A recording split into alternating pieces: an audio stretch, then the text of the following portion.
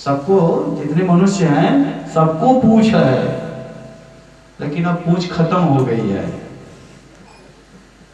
आदि मानव जब थे तो पूछे थे, सबके पास पूछ थी, पूछ धीरे धीरे खत्म हो गई। अब किसी को कोई पूछता है? बताइए, कोई पूछता ही नहीं, तो पूछ रख के करेगी क्या?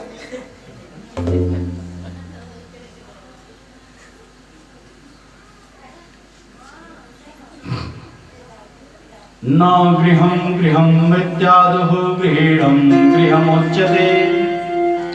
जिस घर में नारियों की पूजा होती है वहां पर देवताओं का वास होता है।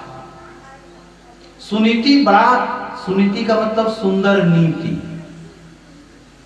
जो नियम धर्म से चले वो सुनीति है।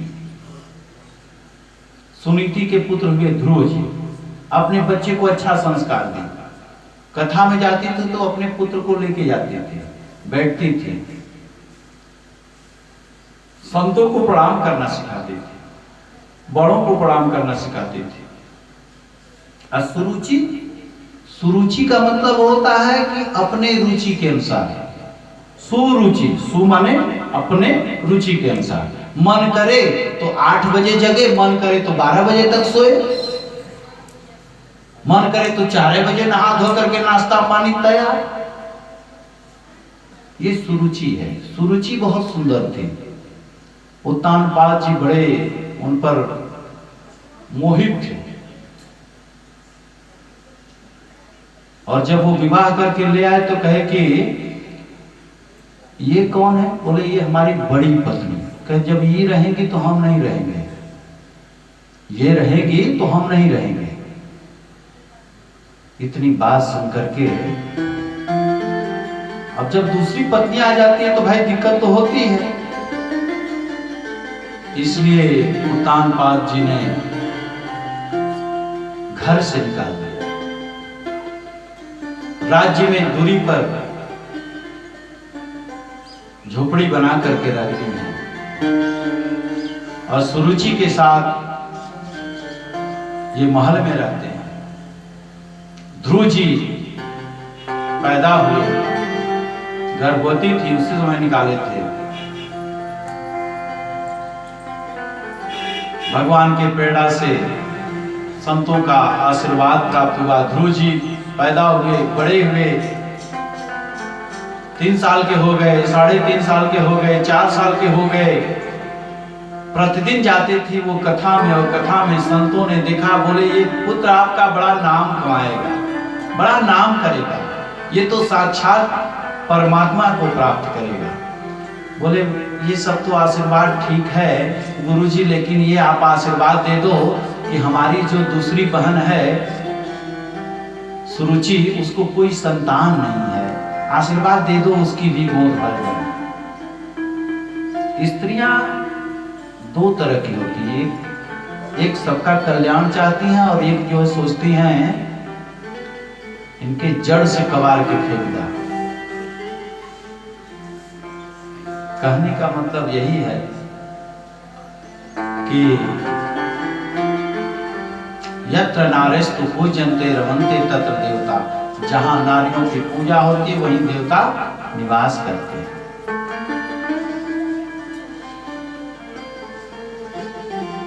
कहते हैं होनहार बिरवान के लखत चीकने पात।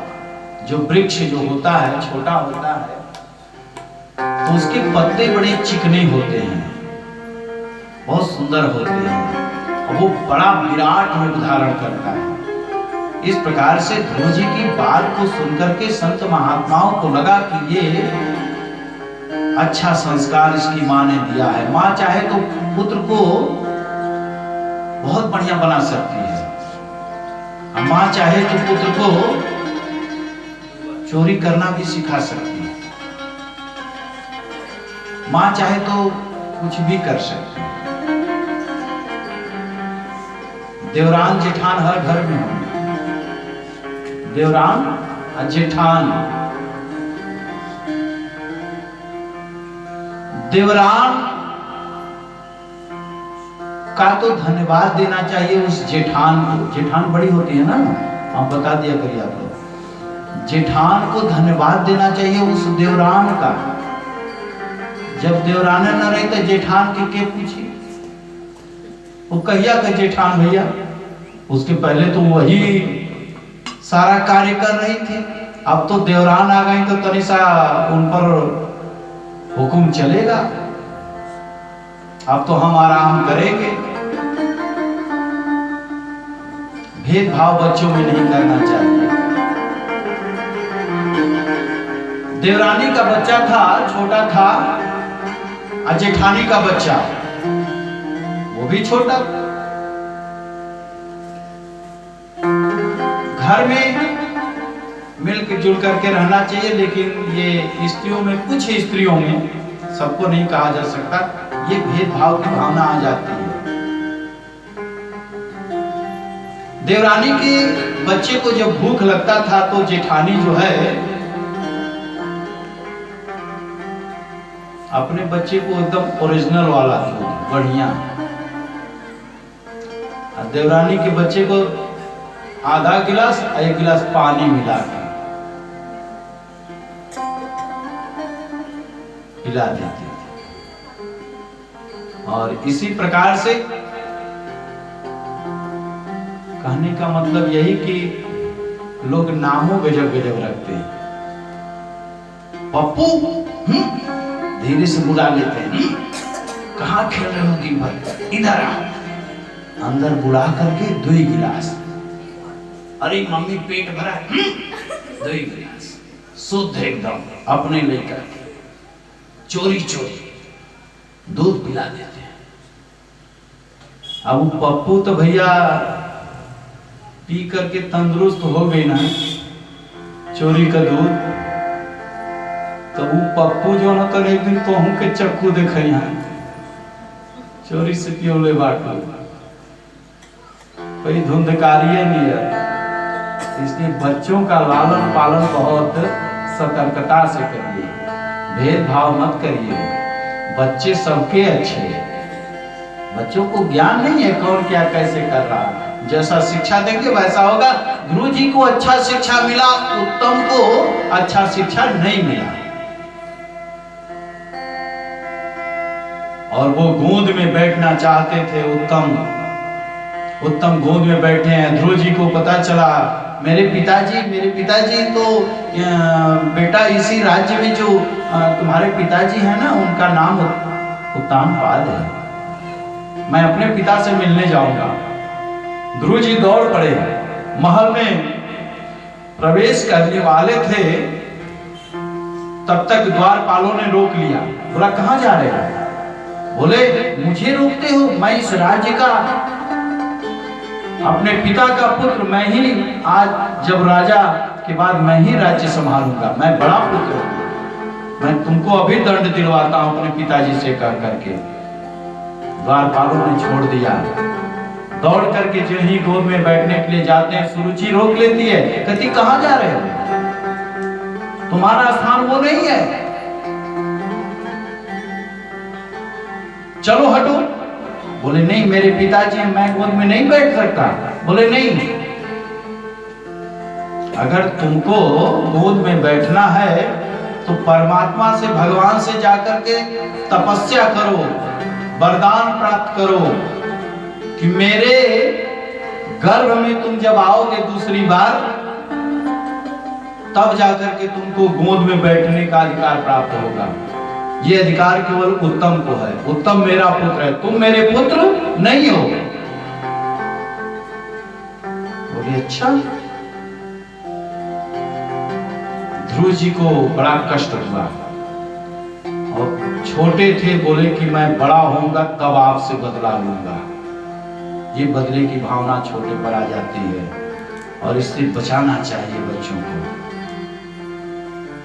ऐसा देख करके कि एक छोटा भाई मेरा गोद में बैठा है, पिता के मैं बड़ा हूं और मुझे बैठने नहीं दी मां, आ करके अपनी मां से कहते हैं कि मां, मुझे छोटी मां ने गोद में नहीं बैठने दिया पिता के, मैं उनसे बड़ा होऊंगा तो बदला लूंगा। तब तक सुनीति ने ऐसे मारने के लिए जब हाथ उठाई बोले नहीं माँ नहीं, मुझे मत मारो। नहीं बेटा ऐसा नहीं कहते, वो माँ आपकी हैं। बोले वो कह रही थी कि तुम तपस्या करो, भगवान को प्रसन्न करो, भगवान जब प्रसन्न होंगे तो तुम मेरे गर्भ में आना, तब तुम बैठने के अधिकारी होगे गोद में। तो बोले वो तो सही कह रही थी, तुम तो बड़े अभागे हो जो कि मेरे कोख से पैदा लिए। अगर मेरे कोख में पैदा नहीं होते उसकी गोद में बैठने का अधिकार तुमको कैसे मिलेगा? तुमको तो सुरुचि के ही गर्भ से जन्म लेना चाहिए था। देखो जंगल में पड़े हैं। बोले हम लोग तो, पिताजी तो हमारे हैं, हम आपको बाहर क्यों रखते हैं? बोले हम लोगों का इसी में कल्याण है, इसलिए हमको बाहर रखते हैं। तुमको संतों के साथ अच्छा लगता है ना? बोले हाँ वो तो अच्छा लगता है, मैं तो तुमको खाना खिलाता हूँ, हाँ वो भी अच्छा लगता है। बोले तुमको कहाँ अच्छा लगता है, वहां नगर राज्य में कि बाहर? बोले मुझे अब वहां नहीं जाना है, अब मैं यहीं रहूंगा। रात में सोए और सुनीति से पूछते हैं कि ये भगवान कहाँ मिलते हैं, कहाँ होते हैं? बोले भगवान तो सर्वत्र हैं, हर जगह हैं, वो कहीं भी हैं, यहाँ भी हैं। भगवान को देखना चाहते हो? बोले हाँ भगवान हर जगह है, बस उनका ध्यान करो, उनको प्रसन्न हो जाएंगे तो सामने प्रकट हो जाते हैं, प्रेम से भजोगे तो। बोले अच्छा। अब आज रात्रि में उनके मन में ये चल रहा था, मुझे परमात्मा को प्रसन्न करना है, मुझे पिता के गोद में बैठना है, ये संकल्प लेकर के और रात्रि में माता को प्रणाम करके वो जंगल की ओर निकल पड़े। 5 वर्ष की आयु है और निकल पड़े, जा रहे हैं। जब सुबह हुआ इधर माता ढूंढने लगी, कहाँ गया मेरा पुत्र, कहाँ गया? कहीं खेल रहा होगा। सब लोगों से पूछे, नहीं यहाँ तो नहीं है, यहाँ तो नहीं है। परेशान। इसके बाद ध्रुव जी चले जा रहे हैं, तब तक नारद जी मिले और नारद जी को देख करके बीड़ा उड़ा ले करके जब वो आ रहे थे, उनको देख करके उनके चरणों में प्रणाम किया ध्रुव ने, छोटे से बालक ने। तो नारद जी ने कहा कहां जा रहे हो? बोले कि मैं भगवान को प्रसन्न करने जा रहा हूं। भगवान को प्रसन्न करने जा रहे हो? अभी इतने छोटे से हो और जा रहे हो भगवान को प्रसन्न करने जंगल में? जंगल में बड़े बड़े शेर होते हैं, भगवान नहीं रहते। बोले माँ तो कहती है कि वो हर जगह रहते हैं, तो जंगल में भी होंगे। बोले इतना छोटा सा बालक और इतना दृढ़ संकल्प अभी से। लेकिन इसकी माँ ने तो बहुत अच्छा संस्कार दिया है, छोटे पर ही इसने आते ही अपना पहला परिचय दिया, प्रणाम किया, प्रसन्न हो गए और कहे कि पहली सीढ़ी इसकी मजबूत है, प्रणाम करना संस्कार इसके माँ ने सिखाया है। बोले परमात्मा को प्राप्त करना चाहते हो, बहुत तपस्या करना, बहुत कष्ट झेलना पड़ेगा, बिना खाए पिए रहना पड़ेगा। बोले मैं रह लूंगा। अच्छा कितनी बार खाते हो घर में? बोले मैं 3, 4, 5, 6 बार, जब भूख लगता है तब माँ खिला देती है, मैं खा लेता हूँ। बोले हाँ माँ तो आएगी नहीं खिलाने, कौन खिलाएगा? बोले मैं बिना खाए रह लूंगा। बोले ठीक, लेकिन आप ऐसा क्यों कह रहे हैं? आप तो माँ से हमने सुना है कि आप देवर्षि नारद हैं, आप नारद होकर के ऐसी बात कर रहे हैं जो कि आप भगवान के अनन्य भक्त हैं।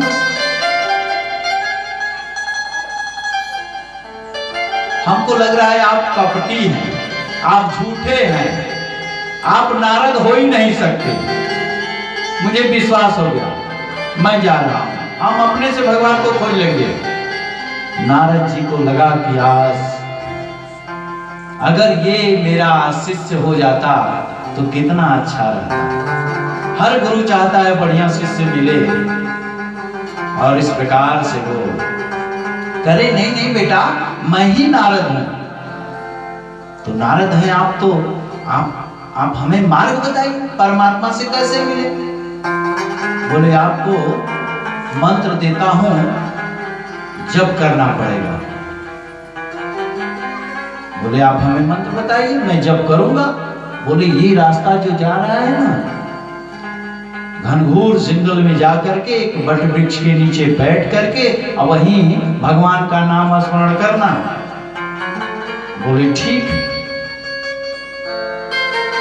ओम नमो भगवते वासुदेवाय, ओम नमो भगवते वासुदेवाय, ओम नमो भगवते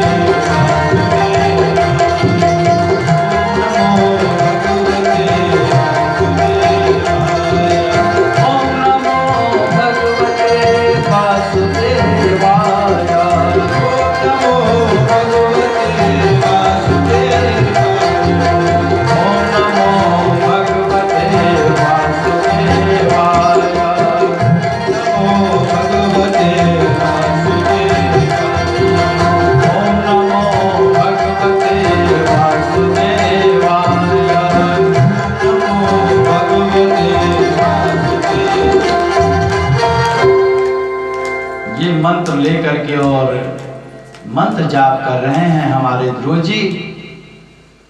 और गुरु का तो अर्थ यही होता है कि जो अंधकार से प्रकाश की ओर ले जाए। ऐसे ही गुरु नारम ज्ञानम ददात इति नारद।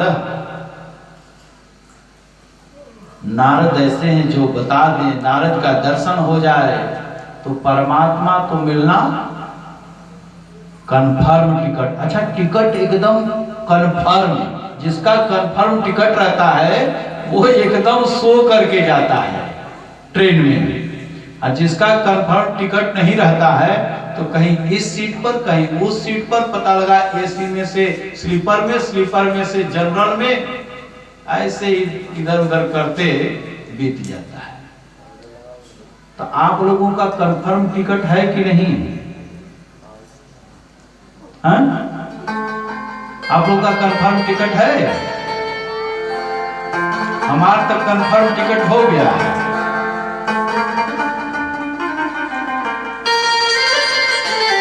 कैसे गया?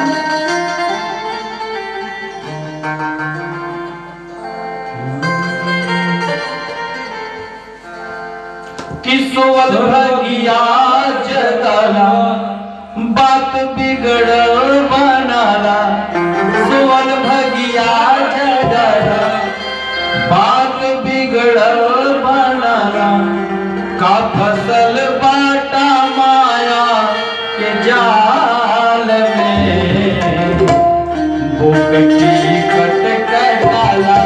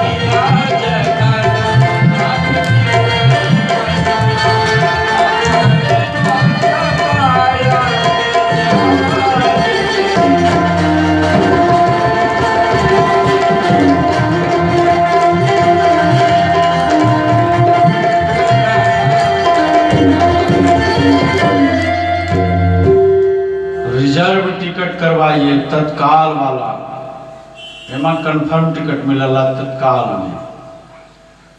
रिजर्वेशन तत्काल कराएंगे, पैसा थोड़ा ज्यादा लगता है, लेकिन पैसा ज्यादा लगने का मतलब यह है कि थोड़ा सा भगवान में काफी रुचि लगा के, मन लगा के एकदम ध्यान करना पड़ेगा, आनंद से भजन करना पड़ेगा, सत्संग करना पड़ेगा। अरे संतन के संग लाग रे तेरी अच्छी बनेगी। हाँ, अच्छा संगत करेंगे सब जीवन सुधर जाएगा। अब हमारे ध्रुव जी अखंड कीर्तन चल रहा है, इनका भजन चल रहा है, तीसरा महीना प्रारंभ हुआ, 9 दिन कुछ भी नहीं खाया, पानी पी करके रह गए। चौथा महीना प्रारंभ हुआ, पंचमे मास्यनु प्राप्ते जीत श्वासो नृपात्मज ध्यायनं ब्रह्म पदेकेन तस्थौ स्थाणुस्त्वाचल। ध्रुव जी का भजन का 5वां महीना चल रहा, श्वास को रोक लिए, अपने श्वास को ब्रह्मांड में स्थापित कर लिया। पूरी सृष्टि में हाहाकार मच गया, कोई सांस नहीं ले पा रहा था। ब्रह्मा भी परेशान, शंकर जी भी परेशान, जितने जीव जंतु सब परेशान, कोई सांस ही नहीं ले पा रहा है, सांस की कमी हो गई, सब ज्यों के त्यों पड़े रह जा रहे हैं। इस प्रकार से ध्रुव जी, उनका एकदम प्राण अवरुद्ध हो गया, एकदम सन्नाटा छा गया। ध्रुव जी के हृदय में नारायण प्रकट हो गए। नैव विदामो भगवन् प्राणरोधम चराचरस्य अखिल सत्त्वधाम्ना विदेहि तन्नो बिना विजिना विमोक्ष प्राप्ता वयं त्वां शरणं शरण्यम्। सभी देवता दौड़ करके गए, बचाओ बचाओ, हम लोग सांस नहीं ले पा रहे हैं। ब्रह्मा जी नारायण के पास पहुंचे विष्णु लोक में। नारायण ने कहा, मेरा नन्हा सा एक भक्त है जिसने अपने श्वास को ही रोक लिया है, इसलिए कोई सांस नहीं ले पा रहा है। भगवान ने गरुड़ पर बैठ करके तैयार होकर के भगवान ध्रुव का दर्शन करने जा रहे हैं, ध्रुव को दर्शन देने और उनका दर्शन करने जा रहे हैं अपने ध्रुव के पास। मधुवन में ध्रुव जी को देखने जा रहे हैं, दिखाने नहीं जा रहे, दिखने जा रहे हैं।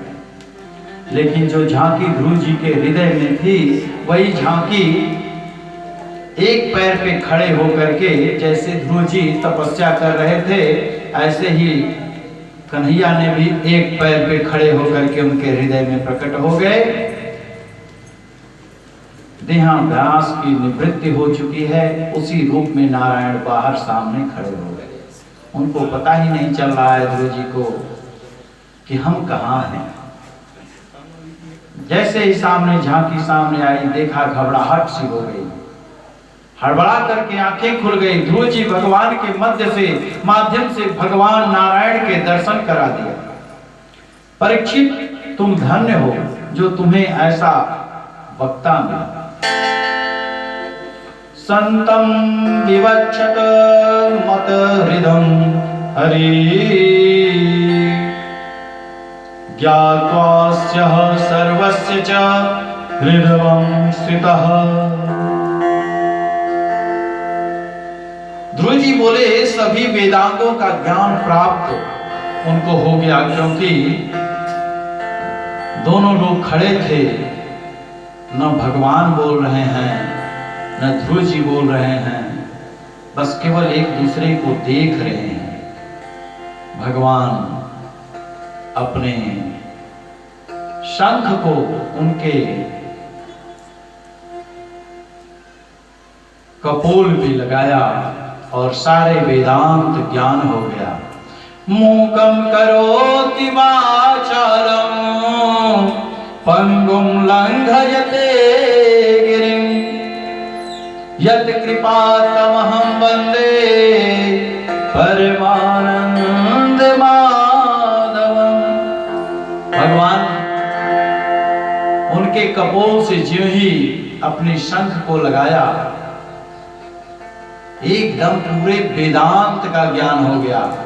18 पुराण, 6 शास्त्र, 17 उपनिषद और भी जितने ज्ञान हैं पुराणों की बातें सब ध्यान में आ गया उनके। अब प्रसन्न होकर के ध्रुव जी स्तुति करते हैं।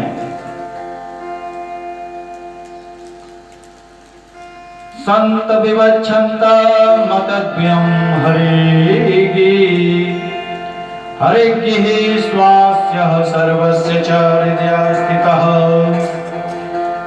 कृतांजलिं ब्रह्ममनेन कंबुनां स्पर्शस्य वालं कृपया कपोलः। भगवान के चरणों में स्तुति किया। यो यन्तः प्रवेश्य मम वाचमिमां प्रसुप्तां संजीवयत्वा अखिल शक्तिधरं स्वधाम्ना अनन्यास हस्तचरणं श्रवणद्वागादीनः प्राणं नमो भवते पुरुषाय तुभ्यं। ध्रुव जी ने बहुत सुंदर उनका स्वागत गीत और जो है स्तुति किया। ध्रुव जी कहते हैं भगवान मेरी सोई हुई वाणी को आपसे आप जगा दिया, उसके कारण आपके चरणों में मैं बार बार प्रणाम करता हूँ, वंदन करता हूँ। ऐसे परमात्मा का दर्शन करके ध्रुव जी कहते हैं कि जो जान देही जनाई, जो जान देही जनाई, जानत तुम ही हो जाए, जानत तुम ही हो जाए, जो जान देही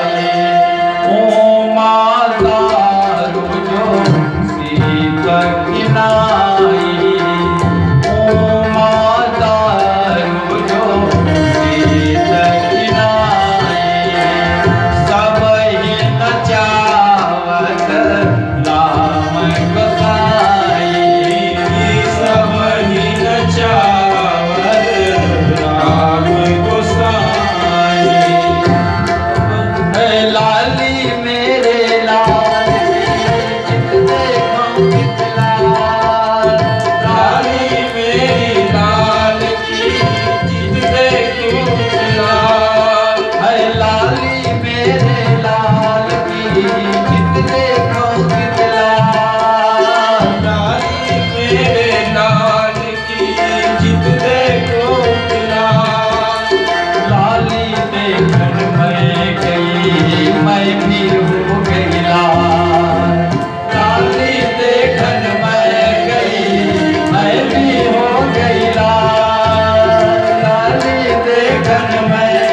जानत तुम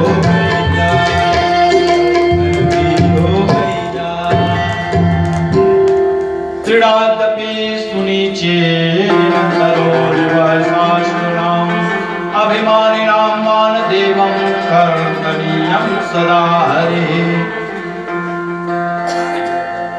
भक्तों का अलग सिद्धांत है, अपने आप को तिनके से भी छोटा समझना चाहिए। भक्त का यही होना चाहिए स्वभाव, मैं तिनका से भी छोटा हूं, ये भाव रखना चाहिए। वृक्ष से भी अधिक सहनशील बनो। स्वयं में सम्मान की कामना कभी नहीं करना चाहिए, दूसरे का सम्मान करना चाहिए। मनुष्य का जीवन श्रेष्ठ बनता है। ध्रुव जी सबसे पहले अपने माता सुनीति से मिलने नहीं गए, दौड़ते हुए